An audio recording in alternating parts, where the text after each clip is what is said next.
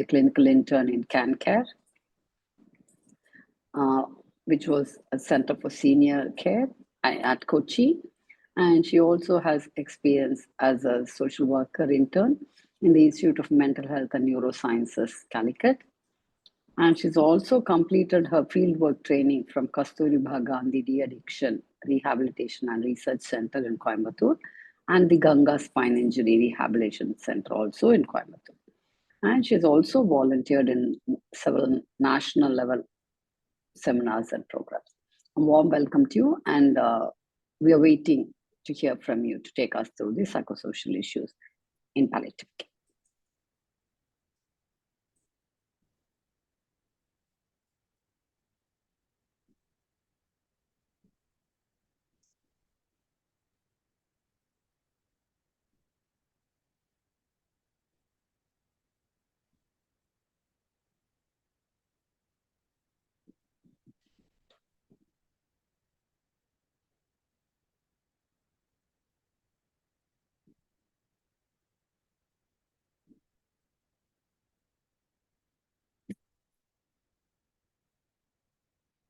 Good evening. Thank you for your warm welcome. So here our topic is psychosocial aspects of care. So for the participants here, I just want to know what's your knowledge about palliative care? Is anyone have any idea about that? What is palliative care? You can put in chat box or unmute and say. Exactly, like the choice is open to all of you. Either you can type in the chat box or unmute and speak also. Both options are fine with us. Please feel free, because that's what all of you want to clarify. So go ahead and let us have an interactive session. That is what will be beneficial for both. My question is again, what is your idea about palliative care?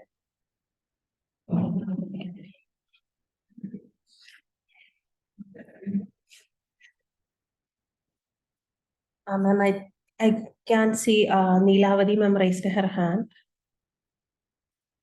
Can unmute and She can unmute and speak. Ma'am, good evening, ma'am. Hello. Yes, ma'am. I can hear you. Hello, ma'am. Good evening, ma'am. Madam, who are suffering with critical We ill can patients, hear ma'am, you. critical ill persons, and an MR person. Hello. Yes, ma'am. Hello. Ma'am, we can hear you, ma'am.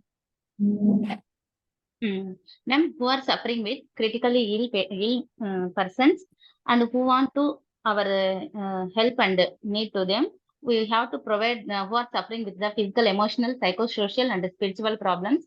We have to provide and give the support according to their needs and improve the quality of life and extend their life. And initially, we have to recognize, identify, diagnosis, and treat and manage to them according to their experienced symptoms, madam. Finally, we have to improve the quality of their life and extend their life, madam. Yes, improving the quality of life of a patient and their family also very important. So this is what. Yes, ma'am. Yeah, this is what we are going to talk about. Next, according to WHO, please question.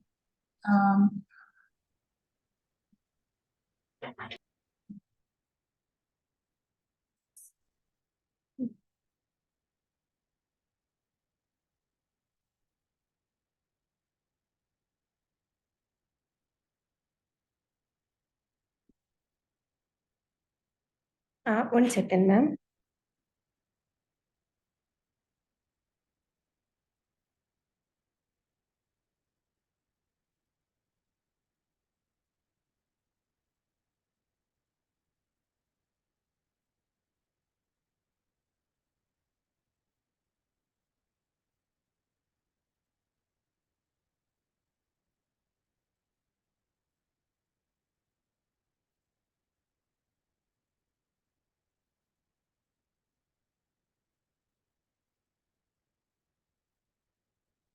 So, then according to WHO, World Health Organization states that palliative care is an approach that improves the quality of life of patients and their families facing problems associated with life-threatening illness. If the patient has severe illness or life-threatening illness, they have the right to get cure from that, and they improving their and providing them the quality of life is very important. So through the prevention and relief of suffering by meaning of early identification and impeccable assessment and treatment of pain and other problems, physical, psychosocial, and spiritual. And the madam already explained that palliative care is actually giving a special care to the patients and their families, giving them quality of services for the patients. And maybe the patient is facing severe illness. Based on that patient is facing treatment of pain. They have the right to get treatment of pain. Early diagnosis is very important. So through the palliative care, we providing early diagnosis, providing treatment for their pain, and giving them support through physical, psychosocial, and spiritually. That is what the WHO is stating that.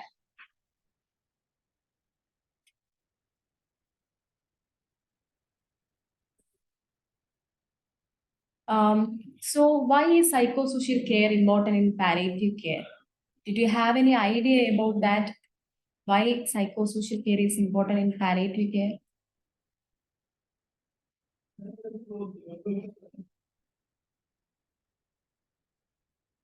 Does anyone have any knowledge or have any?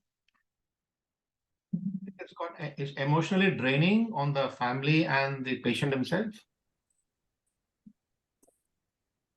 Yeah, when a patient comes, the patient is not only the who facing the problems, their family also facing the same problem because the family is knowing that their loved one is facing their life is getting breaking because of this illness. So living with a life-limiting and life-threatening illness or the awareness of approaching death causes unique stresses and challenges. Because of their severe illness, that patient is facing high level of stress and facing many challenges in their life. So understanding the factors related to the patient's quality of life is essential in improving their appropriate care. The providing appropriate care by based on, there are some factors for each patients have different types of severe illness. So the problems which affecting to the patients for different patients are unique. So the factors which affecting to them are also different. So based on that, we have to make a good interaction with the patient and understand their situation. Then only we can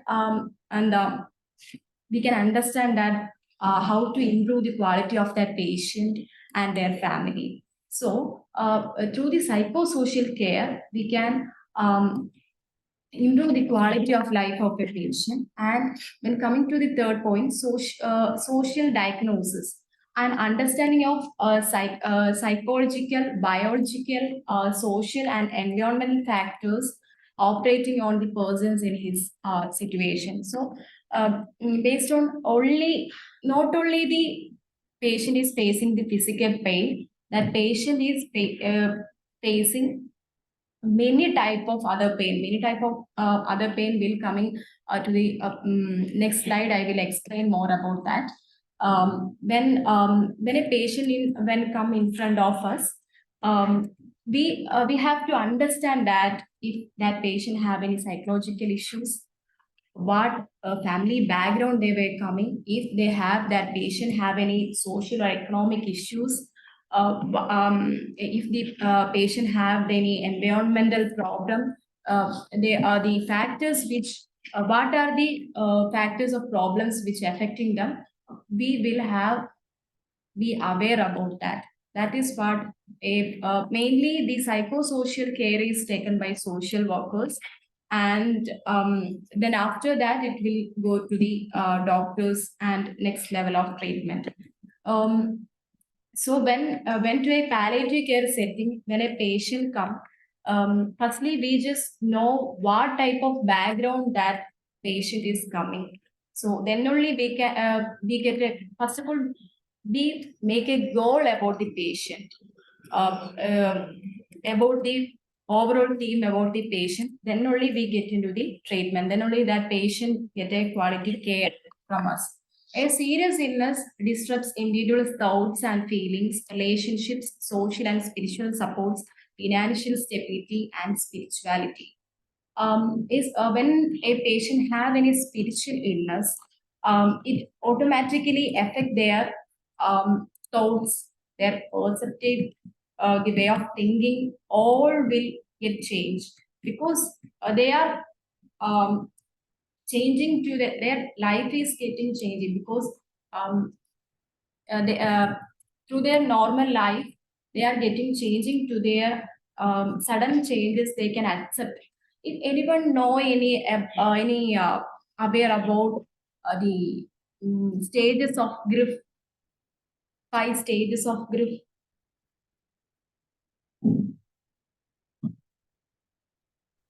Yeah, ma'am. It starts with the denial, then acceptance, and yeah. Anger, bargaining, depression, and acceptance. This is a 5 stages of grief. Through these stages, the patient will go. Most of the cases, this stages is making. This is the way of the grief is going. So a serious illness disrupts individuals' thoughts and feelings. So their thoughts, their way of thinking will be changed. So it will automatically affect their relationships. The patient become more depressed and they don't know what to do. They get into a stage of hopeless situation in their life. So the patient automatically think about if the breadwinner of the family is a father, maybe that father is the patient. Maybe he got fourth stage in a cancer. So that father's fear is always about what about my children, what will my wife will do after my death. The main pain of that patient is what I have to do next. So that time a palliative care, when giving psychosocial care and support, will make them improve their life situation. So that is what we can go to the next slide. If anyone have any doubts or anything, anybody can have to ask.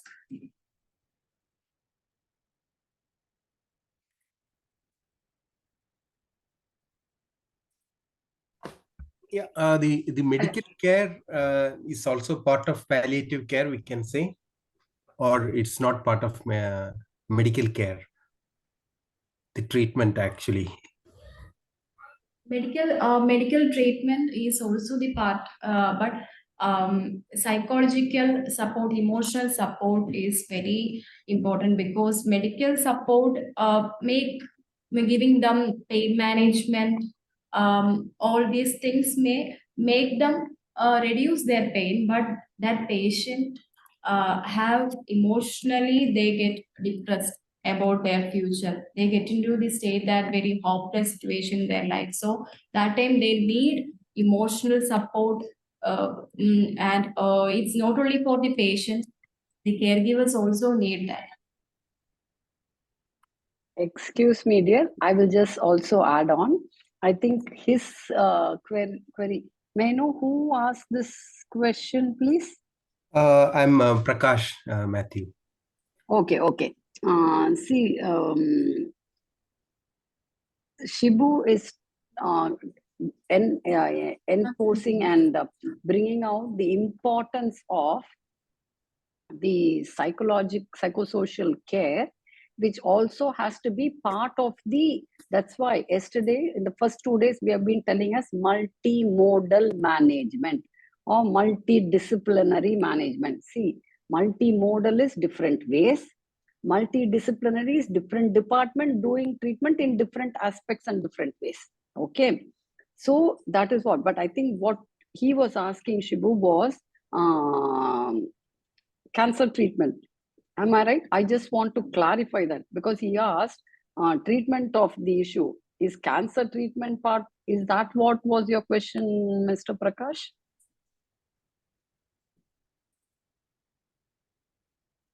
Because medical management is a very wide term. Understood. Okay. Actually, I got when she asked the question of what is the meaning of palliative care, right? I just remembered that particular graph which you were showing, and even Dr. N.S. Raju was also showing. It has the medical treatment and also palliative care treatment. Yes, but So, that's what. See, but basically, whatever is needed is given, but it is given by concerned departments. For example, an oncology department will give the curative care, palliative care will give the supportive care, and psychology will give the, see, because that's what, and as Dr. Raju mentioned, all 4 components, physical, social, psychological, emotional, and spiritual. Psychosocial will be one, emotion will be one, physical will be one, and spiritual. So four elements are there, and all 4 may not be and cannot be given by one person. So physical pain and physical element are taken by the medical team, psychosocial by the psychology and social team, emotional also is done by the psychologist, maybe social, financial will be taken by the social worker, psychology, emotion is taken by the psychosocial team. So this, we are trying to combine both in today's topic. So you can have a social worker team and a psychology team. They both normally to a very great extent work hand in hand because they are interrelated. For example, someone's emotional reason or emotional breakdown, the cause can be a financial situation or a social, they don't have a house, so they are emotionally upset. So can you separate those two? If you give them a place to stay, both the social and the emotional element are solved. So like this, multiple components are there, each one looks after. As long as medical curative treatment is possible, fine. Don't have the idea we are against medical treatment. We all work hand in hand. But when curative treatment is not possible, as the graph has been told by in the day 1 and day 2, the element 20% curative, 80% palliative, or 80% curative, 20% palliative. That is all it is. Is that clear now? yes, ma'am, definitely. Thank you. Okay, go ahead, dear. I just wanted to clarify then and there because not to have this, because when the way it was asked, this came up to me. That is why. Sorry, I'm interrupting you. Go ahead, please. Okay. Ma'am, one more question, ma'am. Hello. Ma'am, Yes. mainly we are discussing here psychosocial support, mainly psychological issues and social issues. For example, social issues who are suffering with the loneliness, marital status, background is breakdown, then widows, and these persons socially and financially and psychologically disturbed persons, they need to chance go to depression and finally suicide attempts. So they need the family therapy, individual therapy, and psychotherapy, group therapy. Mainly, apart them medical treatment, we will discuss mainly here the psychological and social treatment. I think, ma'am. Yes, we will go through. That's all. She will take you all through all of that through the session. Yes, ma'am. Got it, ma'am. Okay. Go ahead, please. So the coming slides I will explain. So, do you have any idea about total pain of a patient? Is only the physical pain only a patient have? No. Okay. The pain here, madam, I according to my belief, refers to on various other aspects. Of course, physical pain is there. There will be an emotional strain psychologically, because they are thinking about the people who they leave behind. On this is from the patient's point of view, and from the caregiver's point of view, the caregiver is also worried about the life limiting illness, or there are various turmoils that go through in the from the caregiver's point of view as well. Because I, being a caregiver, I have gone through a lot during my husband's illness, so I can relate to that and I can understand. We also go through a lot of emotional turmoils, financial constraint, and there are so many. So I think pain in this context, according to me, is not only physical, it is emotional and economical. In every aspect, I feel there is, I mean, that's how I relate to. I do not know what you are. Totally right that total pain is totally physical. It includes emotional, spiritual, and social, economic, and all these include a patient total pain. So when a patient reports his or her subjective pain on the pain scale, it is important to remember that the physician pain report by a patient is compounded by his or her current life circumstances. So always a patient's pain is always based on because a patient is coming, all the patient is coming from different types of unique situation, and the way they living from different type of environment. A patient's character is shaping from their life experiences. So when suddenly they getting to know about this severe illness where happened to them, so that patient get into a hopeless situation. So that time the patient telling us that, ma'am, I feeling so pain about I feeling so pain. They are not telling about only the physical pain they're facing. Many type of stress, not only the patient, caregiver, and ma'am already mentioned that sometimes caregiver may face caregiver burden. So mostly I hear that in the when talking about the caregivers, also dementia caregivers, they're facing a high level of stress when caring the dementia patients. So that I will explain later. So as a clinician, my responsibility is to assess the contributive factors leading to total pain. In this, illness-related suffering is much more than just physical distress. So total pain include physical, psychological, socio-economic, and spiritual.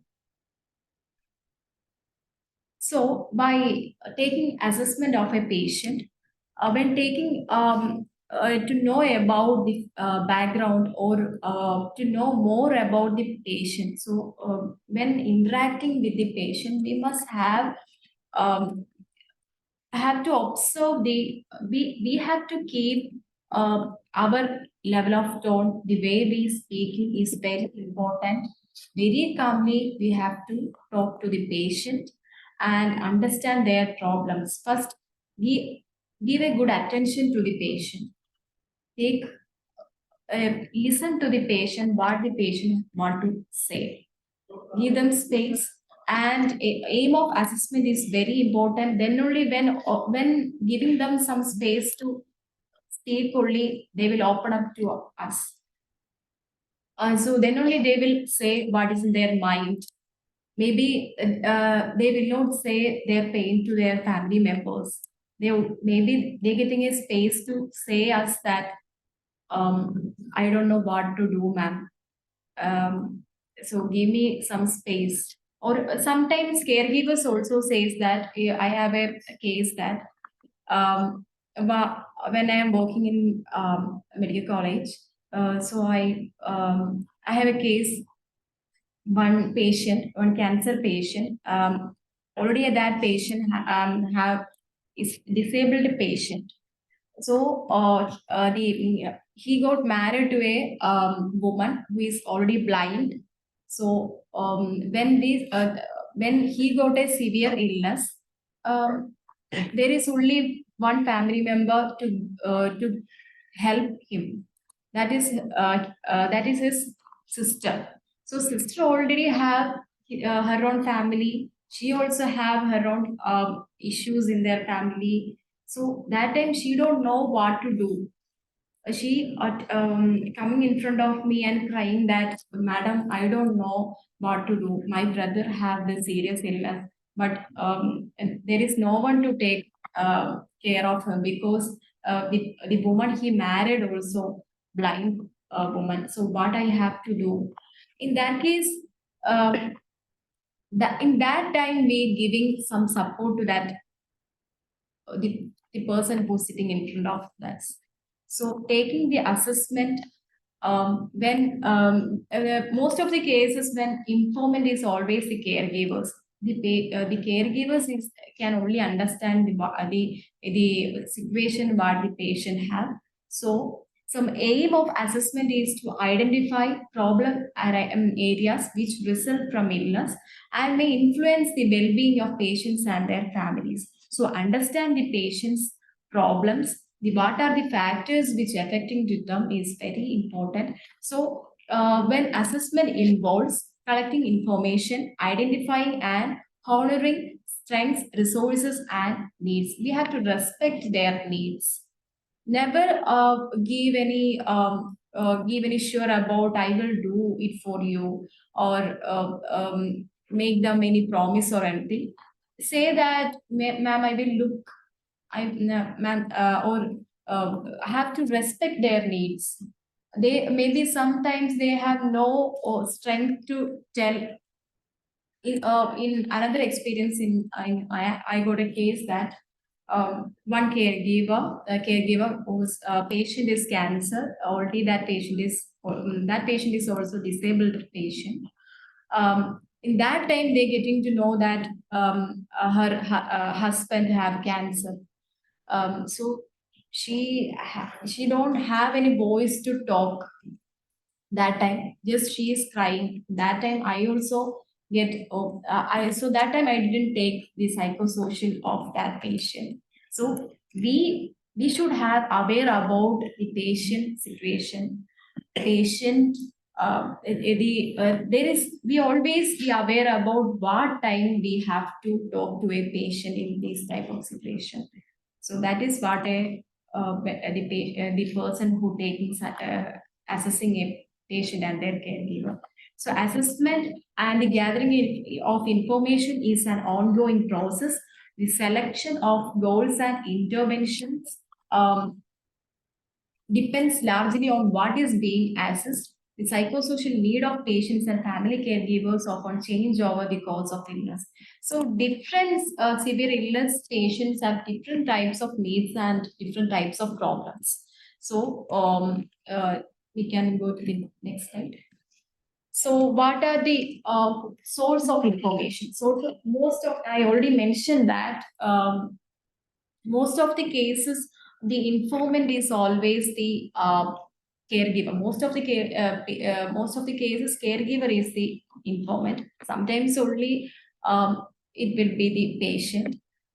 Then is collateral sources are friends, relatives, neighbors. In sometimes the patient have no other family members in the case. That time they come with any friends or relatives. Maybe friends, relatives know them much. So a family member or the person who take care of them is only know how much what are the situation through the patient is going. So home visits, a full assessment can only happen in the home care setting, which you visit the home. So it is very different that when talking to a patient, and it is ended via home visits. When going to a person's home when getting into a person's home, we understand that the current situation of that patient. So, so it is very helpful to understand when getting into that person home, we understand that the economic, the social, and it is very helpful for assessing home visit for the patient. And the areas of assessment is patient and family overview. And we have to, for the assessment, we collect the informations of the patient and their family members. And we go through the insight. If some cases the patient don't know the what type of diagnosis, what type of illness they have, the caregivers only maybe know that patient have cancer. In some cases, the patient or caregiver don't know that that patient have cancer or any other severe illness. So insight is very important, because based on that, noting the insight, we hand over into the next level of treatment. So because some cases when the patient get to know that they have any severe illness, they got mentally down. In some cases, they attempt for suicide or anything. In some cases, it is better to don't know about what the patient illness is. So next is family structure or dynamics. It is very important when getting to see a family structure of a patient or a genogram of the patient. We get a overall summary about that patient's history. We get an idea about what type of problem he is facing. We get an idea about when looking to a family structure dynamics of the patient. Then next is socio-economic status. When taking assessment, it is important to taking the socio-economic status of the patient, environment assessment, psychological distress.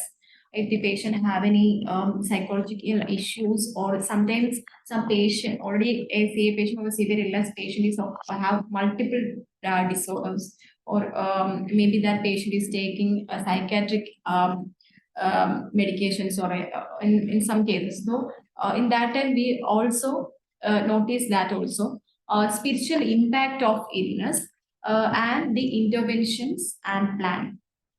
So this is the these are the areas of assessment.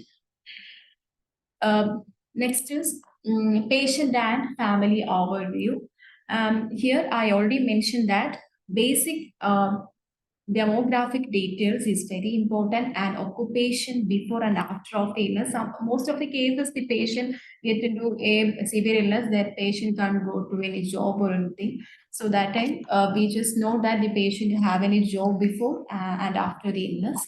Primary caregiver and relation. Is the who is the person is taking care of them, and what is the relation with the patient. That is also when taking psychosocial assessment, we also note that. When insight, I already mentioned that insight, if the patient have insight or anything, we also note that also. Some cases, the patient know that they have diagnosis with severe illness. Some cases they don't know. That also we noted prognosis, the current situation of the patient. Sometimes they know, someday they might be know. Also, we noted the patient and family member also. Some case caregiver know that the patient, their the person, the patient who take caring have any severe illness, and also we take the note about palliative care. If they have any insight about what is palliative care, the patient and the family member also, we just ask that, do you have any aware about what is palliative care? If they don't know, we just explain what is palliative care. Then only they get an idea about what is it.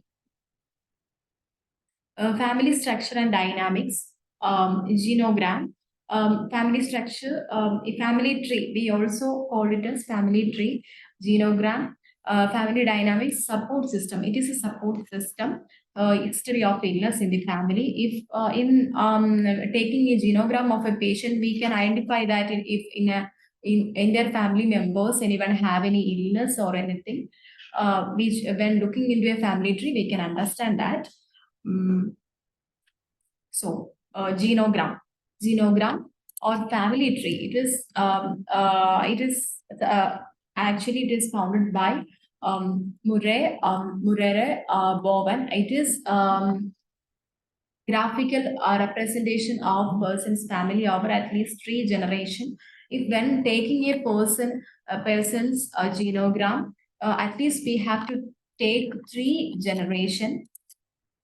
It includes which tell us about structure, dynamics, strengths, resources, and when the types of information when taking a genogram, we just ask them their name, the family member's name, age, educational or occupational profile, and emotional relationship.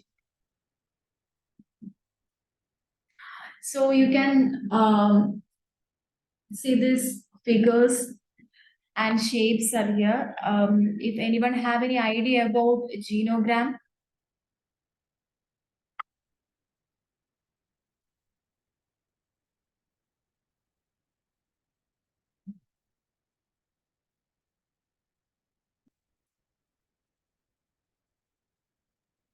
Hello. Yes, ma'am. Hello. Ma'am. Ma'am, genogram, ma'am, their family members either by the family mother side and father side who are suffering with critical ill diseases, mainly mental diseases, madam. Mental disease and critical ill diseases mean cancer, previous any history of the mother and father side, cancer, any pneumonia, any kidney, CKD, chronic kidney diseases.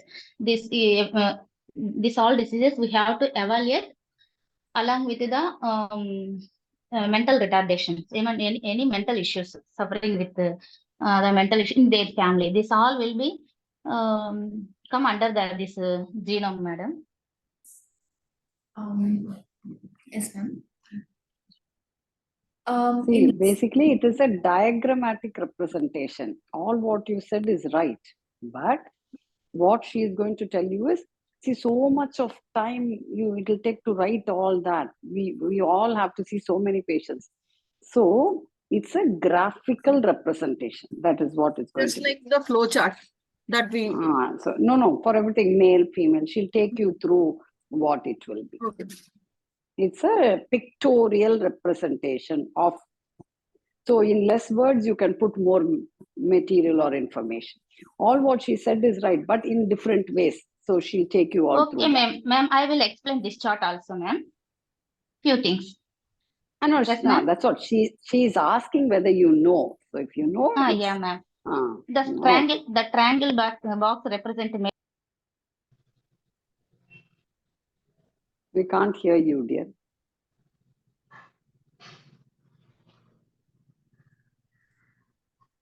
Can you hear me, Sinia? Yes, ma'am, we can hear you. Okay, you go ahead, Shibu, and then when she comes in, maybe her.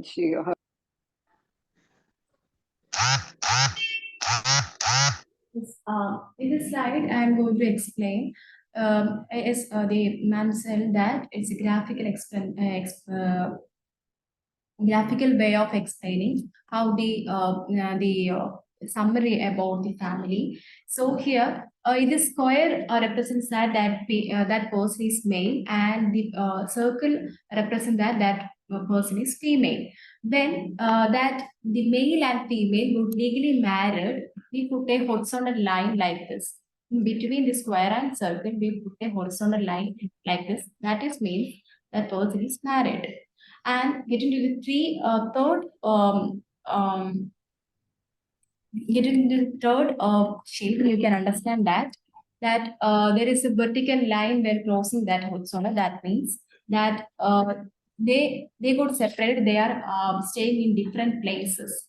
So that is what in the is showing in the third figure. In the fourth figure, you can see that there is a 2 parallel vertical lines which crossing the horizontal. That means they got legally divorced.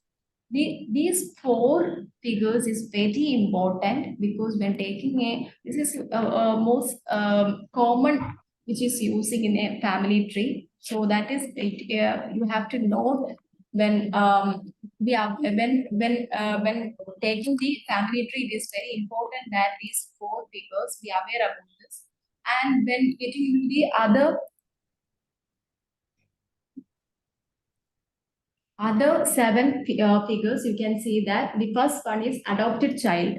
That figure which showing that circlant that a line shows that that person is adopted. If the patient have any adopted child, we can put this figure, or foster child, or if that family members have any pregnant ladies or anything, we can put like this. And stillbirth and miscarriage, abortion. If any abortions were happened in their family, in that family tree, we can add abortion. And if any family members, if that patient's family member have any twins or anything, we can put this figure. And there are another more symbols which we can put to identify the emotional relationships. So for the first figure, which shows that plain or normal, that there is a plain line which in between the male and female, which shows that there is plain there have a something attachment in between them. So that is a plain relation. And friendship or close to one. That the second figure with the green color, which shows that there is a something close relationship between these two genders. And intimacy or very close, that parallel to lines, which shows that there is a close relationship between them. And the fourth figure, which shows that hostile or conflictual between them. And the fifth, which shows that there is a violence in between those two genders. And the next figure shows that emotional abuse in between, which happened in between, that only marked to the blue mark. And then getting to this, if any happen in that family, any sexual abuse where happen in their family, we can also put this figure, this parallel figures. And if any neglect or abuse where happen in their family, we can put all this. These figures which shows the emotional relationship with the patient. The previous slide I showed that the gender, the relationships which with their family, that figures will be using. And these are the figures which help to connect the emotional relationship, which shows the emotional relationship in the family members. Here you can see one example that Kumaran is a male. You can see that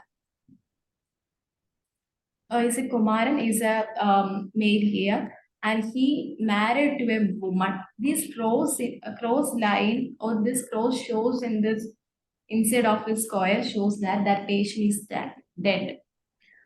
And here the Laila also not alive, so that's why she also not alive. In this family also you can see that Mohan is a male who was not alive, and the Leela was homemaker, now she was 16.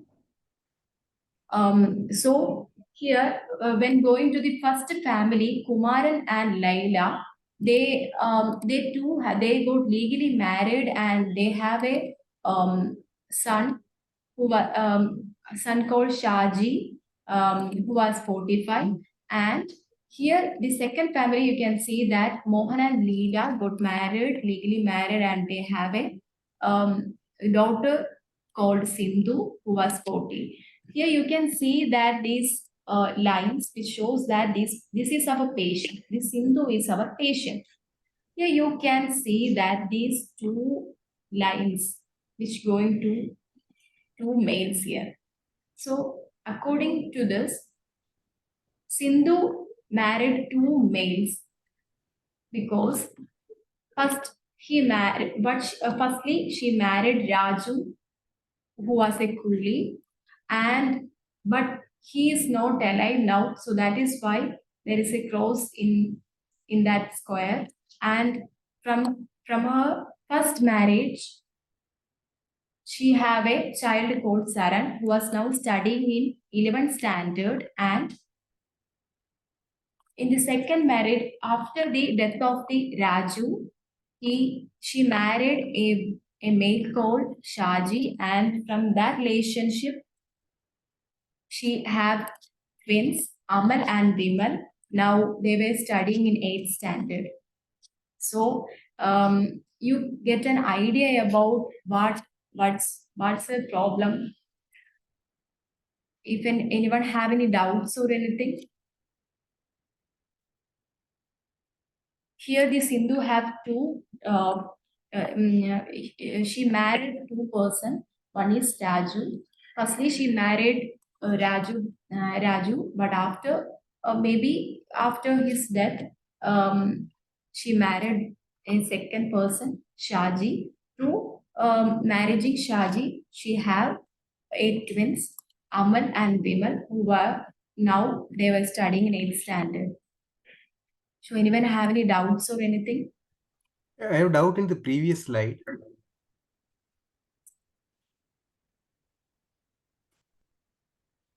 So Yeah. that's yes. So see, it's between male and female. All this relationship, is it only between male and female, or Oh between? no. It may be happen in same gender also. It just for example only it could like that.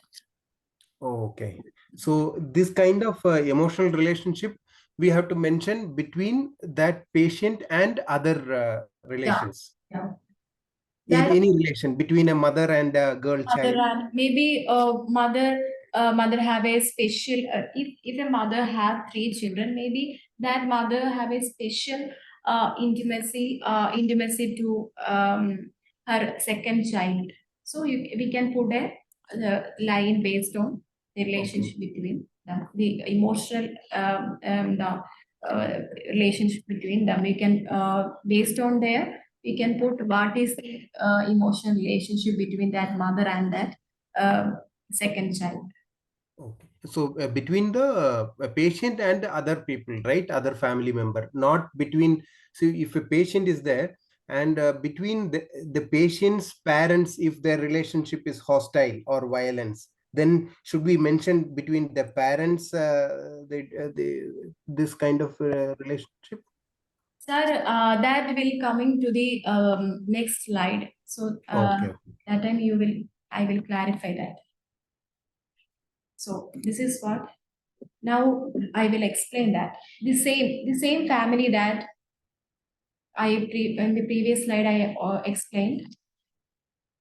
Here you can see that Mohan already he's not alive, and he got married a woman called Leela who was 60, and through the relationship between them, they got legally married, and they have 3 girls. One is Indu, Sindhu, and Bindu.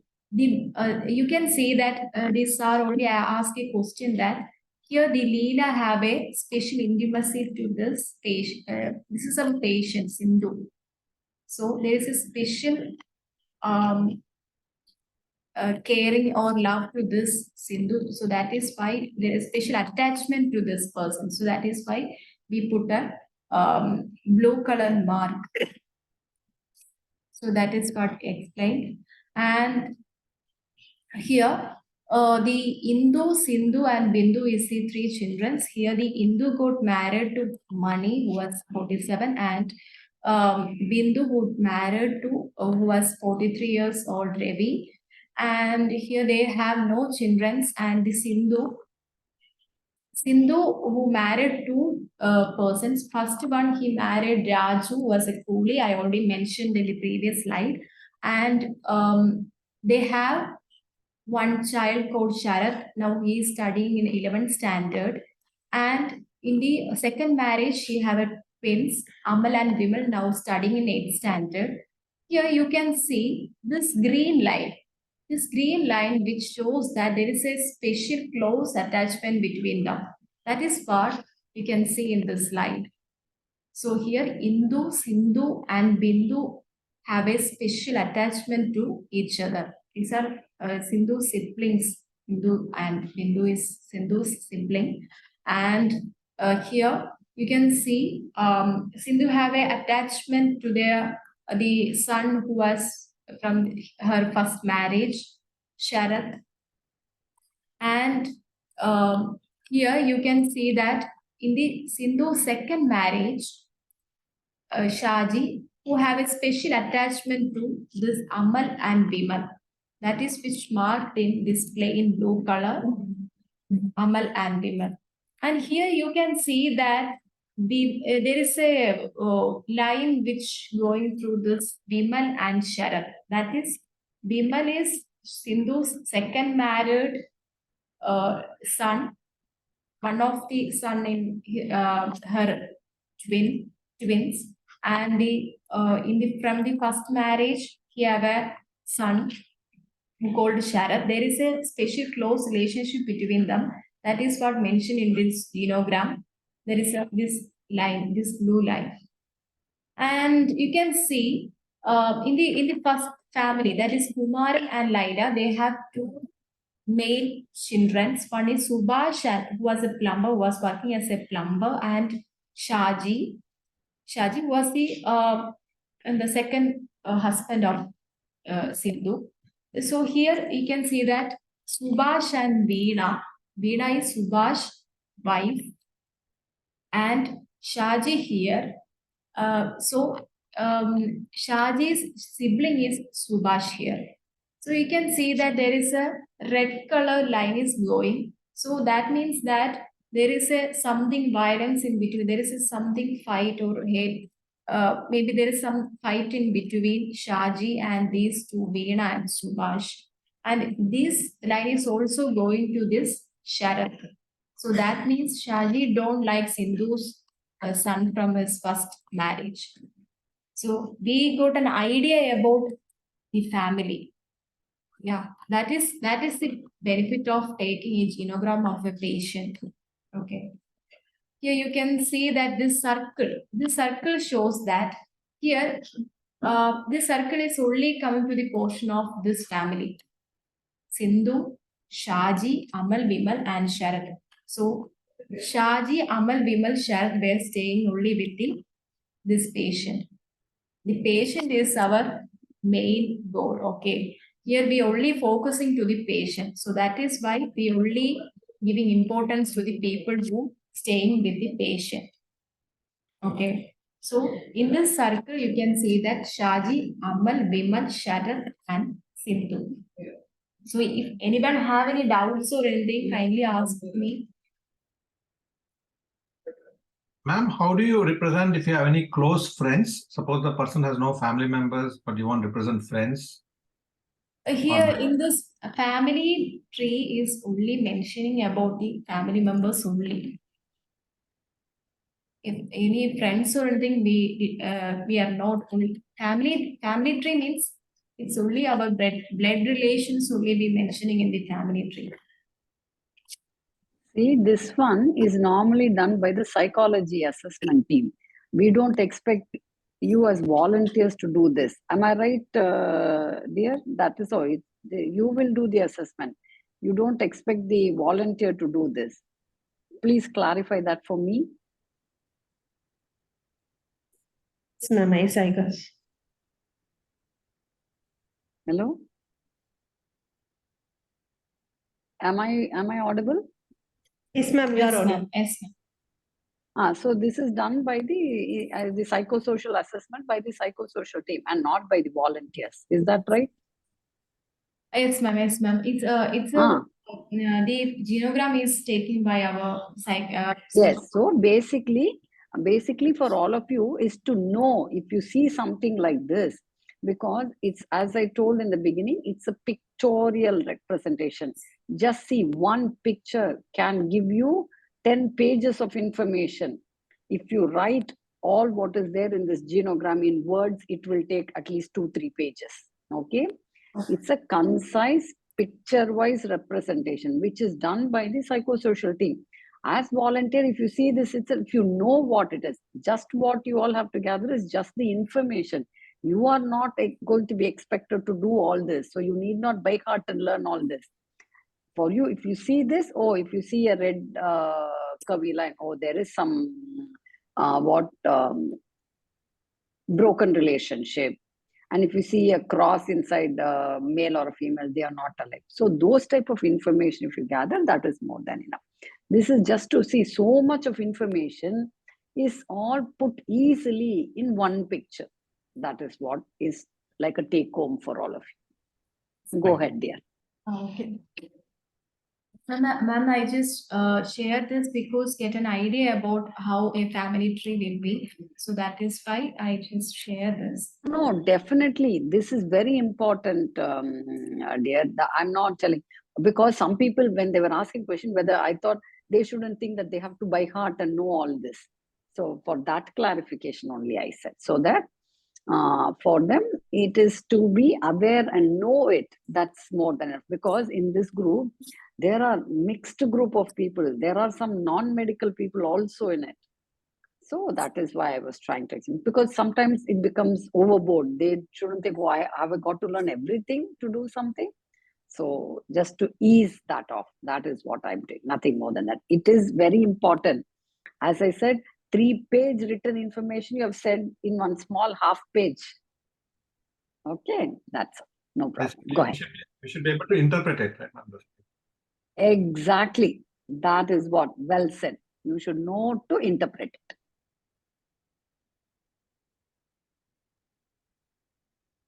When coming to the echo map is found by Anne Martland, is a pictorial representation of patient's family in its social environment, relationship with the larger society, a snapshot view of important interactions of patient's family with other systems, groups, extends family, individuals, organization, association, etc. If that patient is getting any other support from any other individuals or from any support groups or from any organization, we just ask them that if they're getting any support from other part also. So that is coming under the echo map. So here you can see that in this figure you can see that this line which shows this plain line, horizontal line which shows the positive, and this is tenuous, and this shows the stressful. This is arrows is means energy flow, and line thickness is intensity, which is means in a family unit they may get different they're getting support from different parts: health service, neighbors, workplace, government services, community services, religious institution, friends, clubs, schools, volunteers. So these are some of the areas a family may get support. And this, you can understand, this is another example. In the family unit, you can see that the male who got legally married to a woman. So this is our patient.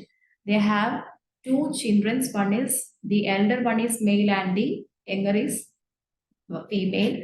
Here, this for this family unit, you can see that there is a strong support. This dark color arrow shows that it's a strong support which getting from church side. And also you can see that the panchayat member is not much supporting to this family. So that is part which mentioning in the from the panchayat member who is not much supporting to this family. And also the neighbors from the, in this you can see that stressful, in this symbol we show that stressful or hostile situation from their neighbor side. So from the neighbor side, this family is facing stressful situation. In this you can see that volunteer, from the volunteer side they're getting a normal level of support. So that is what mentioned here. And the youth organization, for the youth organization, this young daughter of this patient getting strong support from the youth organization. That is what which is mentioned here. And from the school side also, she getting support. And from the friend side, she getting good support. For the friend side also, this made the elder son also getting good support from his friend side. From the college, he getting a strong strong help from that set. So that is what we mentioned here. From the public health center, they getting more. They getting weak type of support from the public health center to the patient. So that is what which mentioned here. From the colleagues also, from the colleague side, these patients husband getting good support from the colleague side. So these are the things which comes under the echo map. Here you can see that I already mentioned that a patient who have many areas of problems they were facing. So through the family echo map, we get to understand about the where they getting support, where they getting the support from what are the factors or what are the areas where they facing problems. So coming to the caregiver part, there are only 4 kinds of people in the world: those who have been caregivers, those who are currently caregivers, those who will be caregivers, and those will be need a caregiver. And I already mentioned that caregivers is very important, and there are some rules which we have to follow. We have to respect the caregiver. So only a caregiver can understand the patient, how to treat him, what is his things which going on, what is his or her current situation. Only a caregiver can understand that and acknowledge their complex role, and never dehumanize them by calling them bystander. So these are some of the rules we have to follow when taking a role of a caregiver. Socioeconomic status of a patient. When taking the socioeconomic status is very important to, this part is very important because we have to understand that they're getting adequate food, clothing, and shelter. When next point is who was the breadwinner of the family and who controls their finance. And next is third point is source of income. So now where they're getting source of income, and it is very important to know that portion. And if they have any loans or anything, that also we will know that is comes under debits. And social support. Social support means if that patient have any government pension, or if they're getting any other source of source of help from the government or any other type of thing, and local financial support or anything, or this where comes under the social support. Next is education of children. It is very important that if the breadwinner of the patient, maybe sometimes the patient is the breadwinner of the family is our patient. That time his wife maybe have no job. So that time their education of their children may getting more in trouble. So that time from the palliative care, we can give education support for the children. So these all are the information which taking in the part from the part of socioeconomic status. Next is environment assessment. So this is very important. I already mentioned before type of what type of houses they are. If they are living their own house, or they're living in rented house, or in need of repair. And these are some of the questions which comes under environmental assessment. And the position of patient in the house, overcrowding or ventilation or light. Next is kitchen, open food storage or smoke or disposal, and water supply. If the patient get adequate water, sometimes accessibility problem is most in case of the patient. Sometimes they the hospitals, the nearby clinics were very far from their home. So that time the patient had accessibility problem. Then water supply, frequency, distance, method of collection and transportation. The access, I already mentioned that accessibility problem is mostly found in rural area patients to main road, hospital, pharmacy and groceries.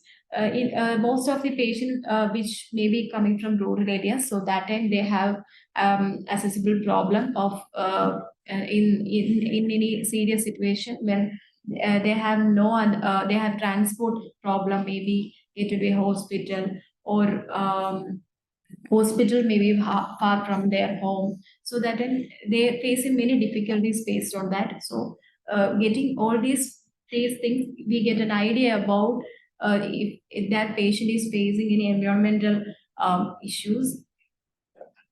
Next is psychological distress.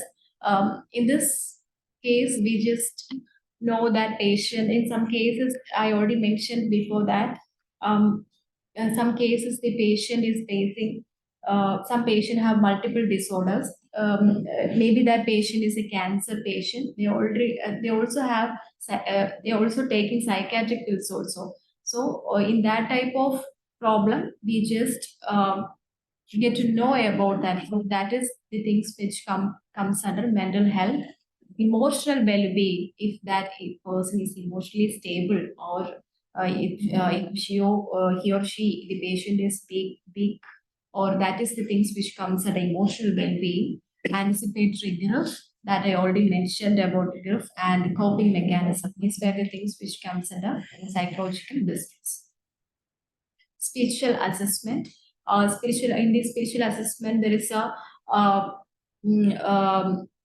things which comes under the spiritual assessment is connection, strength and comfort, hope and concerns, and meaning and joy. That also I already mentioned. Hopeless situation of a person. If some patient have, they don't know what to do next. So these were the things which comes under spiritual assessment, and these are some of the questions which we can take under the area of assessment. When taking the portion of connection, we can ask the questions based on who are the persons or communities you look to for support, and what do they have in your care, and do you have an image of power greater than yourself?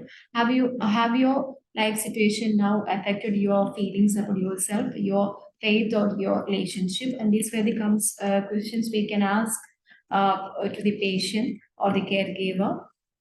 In these occasions where comes under the connection and meaning and joy, what has been most important in your life, and what are most thankful for, what makes or has make you happy, what do you feel the proudest in your life? And these were some of the questions. Through this question, we can sometimes we get an idea about some of the wishes of the patient.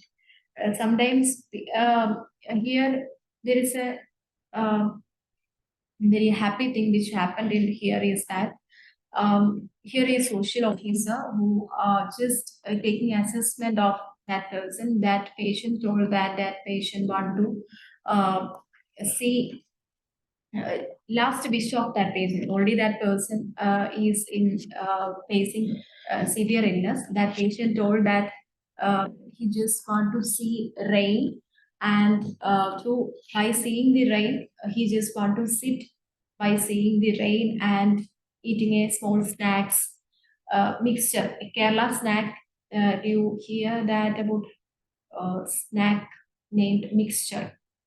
So that patient's last wish is that just see a rain and having a sitting in a chair and taking a snack.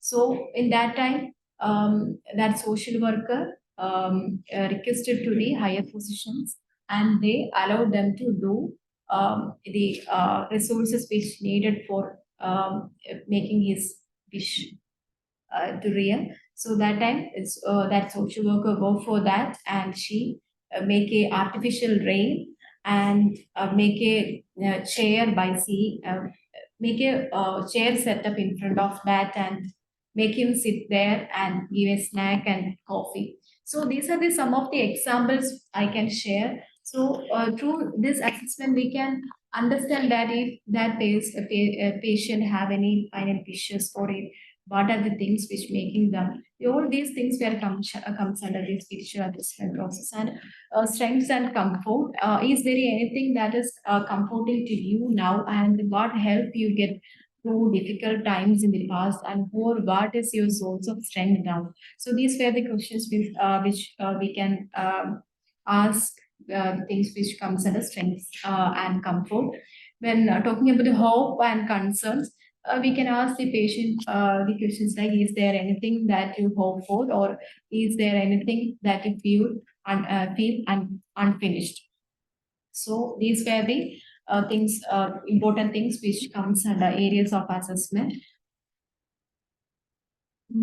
For the intervention, we need providing information, liaison, facilitation, rehabilitation, bereavement support, follow-up, supportive counseling, psychoeducation. So bereavement counseling actually we're giving to the expert patient. If that person is after that, we going to that person house and giving a counseling to that for their family members. Maybe sometimes the family member can't accept that their loved one is dead. So that time we giving much support to emotional support to that person. That is comes under the bereavement support. Follow up with after the when a patient is taking a new registration to an palliative care. We just after the new registration or when that patient taking appointment also, we just in monthly wise also we call them and take follow up of that patient. And if they have any follow up, means if they have want any need or anything from our part, or all these things which comes under the follow up part. If that patient have any help from us, that is what the follow up. Supportive counseling. If any family member need any counseling or anything, in some cases, I give an example that one patient was a dementia patient. So he is taken care by his wife. Actually, that woman is crying to me and saying that, I don't know, I am facing high level of burden. But the thing is that she had some responsibilities to her husband. So and she never mentioned that is any difficulties by looking him, but she want to saying that she's facing high level of burden. I already mentioned that dementia patients are very, when they are getting into severe condition, they don't know how to take food, they don't know how to eat. Sometimes they forgot everything. So that is there are many problems when it comes to a dementia patients.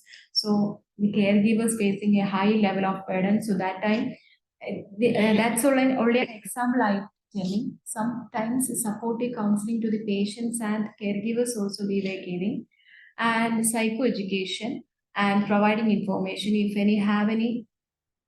And if that patient need any information about anything, we just ask him or her want to know about anything, they can kindly ask to us. So we just share some information based on that. In this side, this is very important, that assessing psychosocial and spiritual suffering. And it is very important that purposeful observation about that patient's history and the way we are speaking to that patient is very important.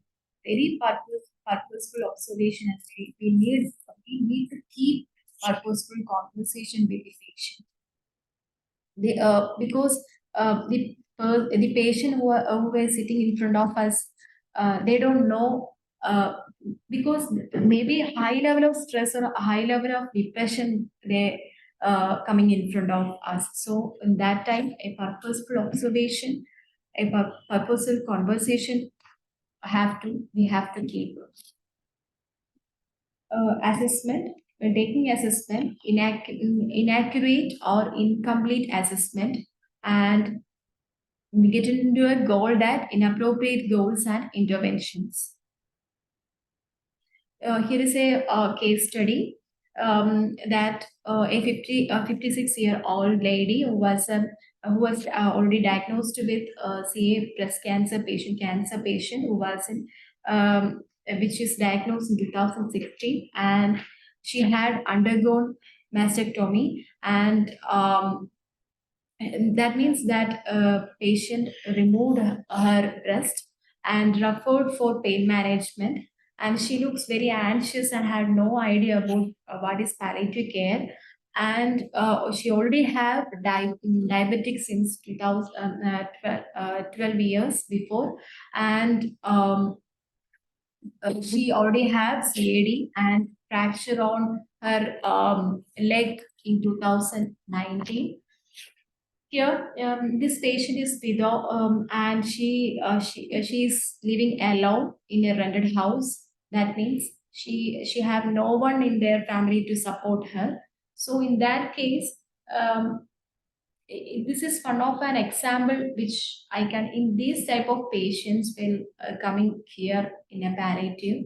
So a cancer patient, maybe some here we can see that patient is isolated situation of that patient, and already there is no one for her to support her, and also she is living in a rented house, and her children are having a hostel relationship with her, and children are also not much attached to her. So this is one of a case story. So let's discuss that. What are the important areas of areas to be assessed from the point of view of total pain? So in the beginning of the presentation, I already mentioned that not only pains which only we are focusing to the physical pain, there will be physical, psychological, socio-economic, and spiritual. In the physical thing which comes under the physical pain, fatigue, lack of sleep, some patient facing lack of sleep because of maybe that is because of pain. They facing lack of sleep and difficulty in walking. So maybe the patient facing the main thing is depression, always based on their over dependency to others. When they get they go to know that if the patient have any severe illness, if a patient is disabled patient, they can accept that they are getting they can't back to their normal life, and their over dependency maybe make that patient more depressed. So difficulties in walking and body language issues may they face. So in the psychological problems are isolation. The previous case study, you can see that woman may face a high level of depression because there is no one there to support her. So that time that patient may feel isolation, emotionally weak, anxiety about future, unclear about her prognosis and palliative care, and distress due to multiple illness. And other pain is socio-economic, strained relationship with family, unable to go to a job, financial instability, house rent, low accessibility to hospital, absence of caregiver and support system. And the problems which comes under spiritual is extreme spiritual distress by all these sufferings which loss faith in God, loss of connection with family, no significant person in life, no memorable or joyful events in life. So these are the total pain for a patient. So Some of the possible social impacts which coming to a patient is social isolation, dependency. I already mentioned that dependency is very, they can accept that the thing which their life is changed from normal to this dependency. They can accept it. I already said that the stages of grief. So acceptance is a big problem which the patients were facing. Financial instability, lack of social support, debits, loss of work, interpersonal issues, inadequate facilities. These are the things these are the factors which come under the possible social impacts.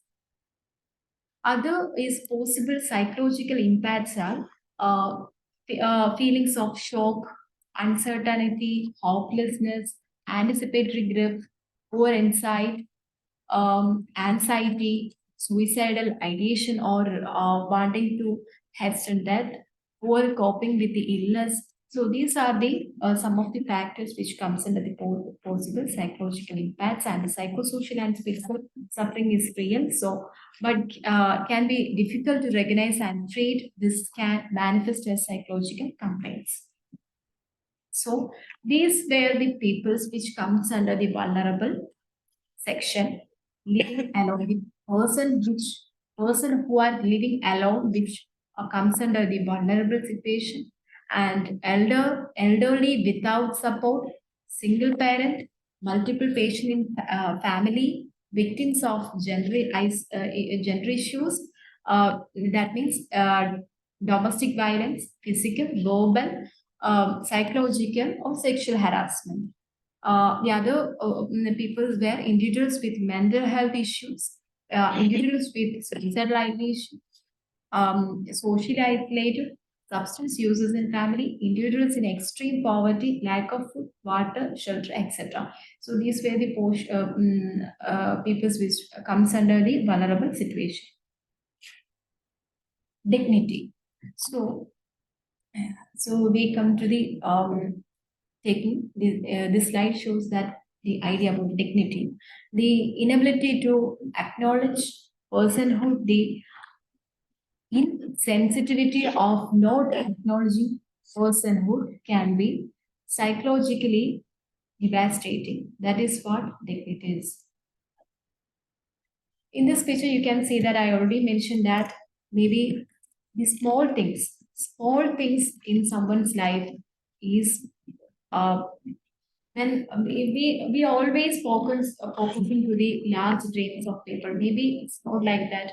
When assessing a patient, we get an idea that what is his or her dreams, what the patient, who the patient have any special intimacy to someone else. So through the assessment, we get an idea that if the patient have any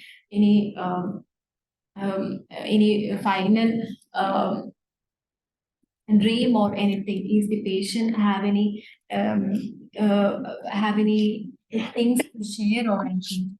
And these were in this picture you can see that through the palliative care, we giving supporting to the patient and achieving their dreams. And through the assessment, we can understand if the patient have any wishes or anything. We can understand that. Something which we done some patient rehabilitation support from our part. The palliative care is also giving patient rehabilitation. So we give support to disabled people, or some cases we see that some family members in this giving supporting to their patient's family member will can help them to maintain their income. So in that cases, we giving vocational rehabilitation support from our part. We are providing some materials.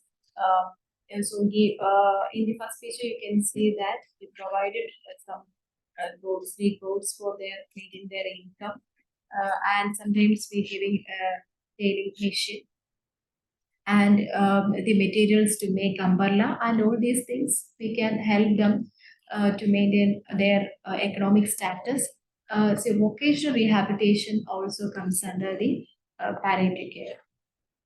So support for children. I already mentioned that educational support for patients, family is very important when taking a new registration of a patient or taking a psychosocial assessment of a patient. You just get to know about the children's condition, because making the patient and their family independent, that is our main goal. So supporting their children also comes under our part. So always remember that evaluate our intervention as is how the patients and families are benefited. Assessments have to be revised and updated. Reach out for help if needed. There is an art and science in psychosocial care, just as in medicine. So thank you. So anyone have any doubts or anything to this slide? Does anyone have any doubts? Anyone have to share any experience also, you can share. Ma'am, I have a question. How will a volunteer know that he or she is overstepping the boundary of providing appropriate level of support versus getting too personal or influencing the patients or families?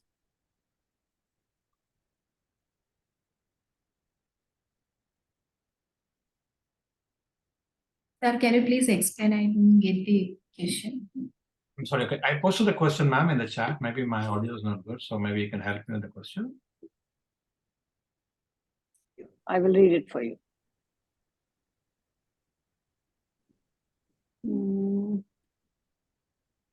Okay. 1 second. Volunteer, no, how would he know that he or she is overstepping the boundary of providing appropriate level of psychological support versus getting too personal and influencing and the patient family's view opinion? And what are self-checks? So basically, that's why, if you don't mind, dear, I will answer and then you can add on to that. Okay. See, here, as a volunteer, that is why I said when you were explaining about the chart, for you all to help, you will work alongside with a social worker. See, and always these are things like common sense also works and has a big role. Is it Chandrakar, or am I? Please correct if I'm not pronouncing your name properly. Chakradhar. Is that right? Chakradhar. Huh? Chakradhar. Chakradhar. Now I could see Chakradhar. Sorry for not pronouncing it properly. See, basically, may I know what is your role, or what do you do?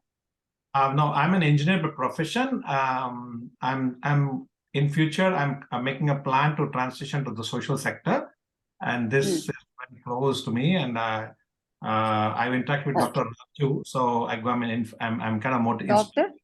NS Raju. Dr. NS Raju. Oh, NS Raju. Okay. So yes, you've got.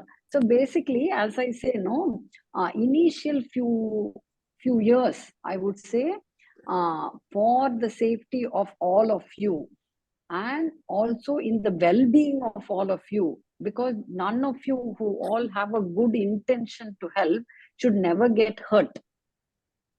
Okay, because you are not experts still, but you can improve your expertise. So ideally, I would say you have to work with someone, because see, as I told from day one, I am a doctor, God willing, but I am not an expert software engineer. Okay, I won't know Python and whatever new software is coming tomorrow. I may know AI, Chat GPT, which everyone knows. Okay, so that is the way. So here, that is why I said, no, the psychosocial things, you and I may know to ask some simple question, but we may not know to deal with it. That is why you have a specialist.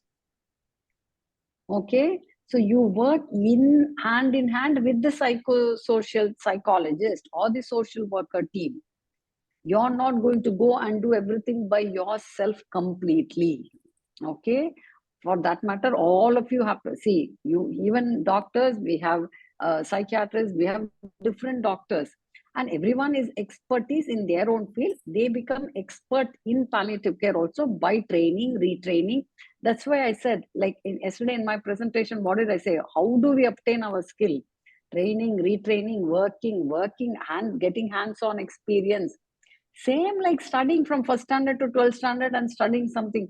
Everything is the same. So when you all start off, it will take few years. Nothing happens overnight. You sow a seed and you wait for some time. If you keep on digging it, will the seed grow? Answer. Anyone can answer that. No. I can get so many head and nod like this. So no. Okay. The same thing holds good here also. You have to give time, patience. So you work with the specialist team. You help them. For example, they want to collect some more information. They will say what they want from you. You work with them. Okay, you do that for a few years, then you will become an expert. Then your answers will all get answered. Oh, there you will know. You see 2 patients, when they said so many relationship break or broken relationship or a violent relationship. All that, do you want to have an experience of that in a wrong way? No, not at all. I want all of you to be very safe, have well-being, and keep on helping. We want all your help to continue, not to break off initially with a bad experience. Okay, I know sometimes no over enthusiasm, everything balance. Okay, only balance wins. So that is very, so many, I'm telling because it is important. Okay, now you go ahead there. Anything else you want to add on? Thank you.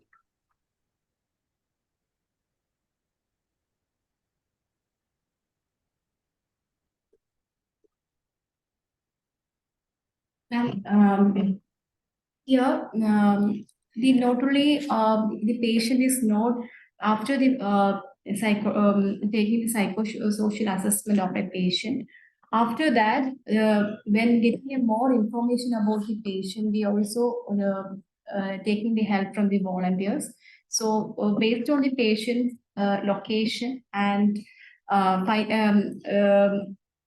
taking the patient if the patient is staying in a Trivandrum area, or for example, I'm telling if a patient is staying in a Trivandrum area, we have many volunteers where staying in there. So they will identify if they are giving these patient details, and they also go there and identify if that patient have these type of which the information which he given here is correct or wrong. And from the volunteer side also we getting support. In the medical support is there, psychological, social, and also is psychiatrist support also we were taking. So in some cases, some patient need a physiotherapist support. That also we were giving. So in a palliative care, the patient is overall, if a severe patient is coming, that patient may have many mental and physical problems may they have. That problems also may have to their caregivers also. So we were totally there, we were supporting them, making them independent in society. So that's all. If anything you want to ask. Thank you very much for such a lovely presentation and bringing out everything so clearly. As we have been telling, you will be part of the team, and that is how you will be working. And just one thing, I think, was it Visalakshi who was trying to help explain the genogram? Because it was someone who started talking and then we lost her contact and things. Because I just saw. No, first I thought it was only about the family tree. But then since she explained further, I could understand the necessity of the genogram. Thank you. I didn't want you to think we just abruptly stopped you or anything like that. Okay. Thank you. So the thing is that we will, as you say, you all work as a team. everyone helps each other. That is the main aim and goal here. And regarding talking with Aravindan, I've seen your message. I will get in touch with you. And all of you know, like, see, you're going to get we try to give as much information. We have got 2 more days where you'll get to know more about volunteer organization, everything like that. And then after compiling all this, then you go through, if you need any doubts, you can get in touch, like when you set up and things. And everything starts slow, start low, go slow, and that is where you will gain success. Never jump too much or jump overboard and get any unhappy feeling, or don't burn yourself out. Nothing like that has to be done. Team working and doing little by little is what will be successful. Everything has to be a methodical, slow process. This seed sowing and growing is a very good example to remember. Only if you do things properly, it will become a big banyan tree. If you dig and do something and all, will it become? So that is something you have to take and go. Sinya, I will hand it over to you, dear. Thank you, ma'am. Thank you so much, Hridhi, for that elaborated session. Thank you, Radha ma'am, for joining here with us, and thank you all. Tomorrow we'll be having the session on home-based palliative care. We'll see you all on tomorrow's session. Bye-bye. Thank you, one and all.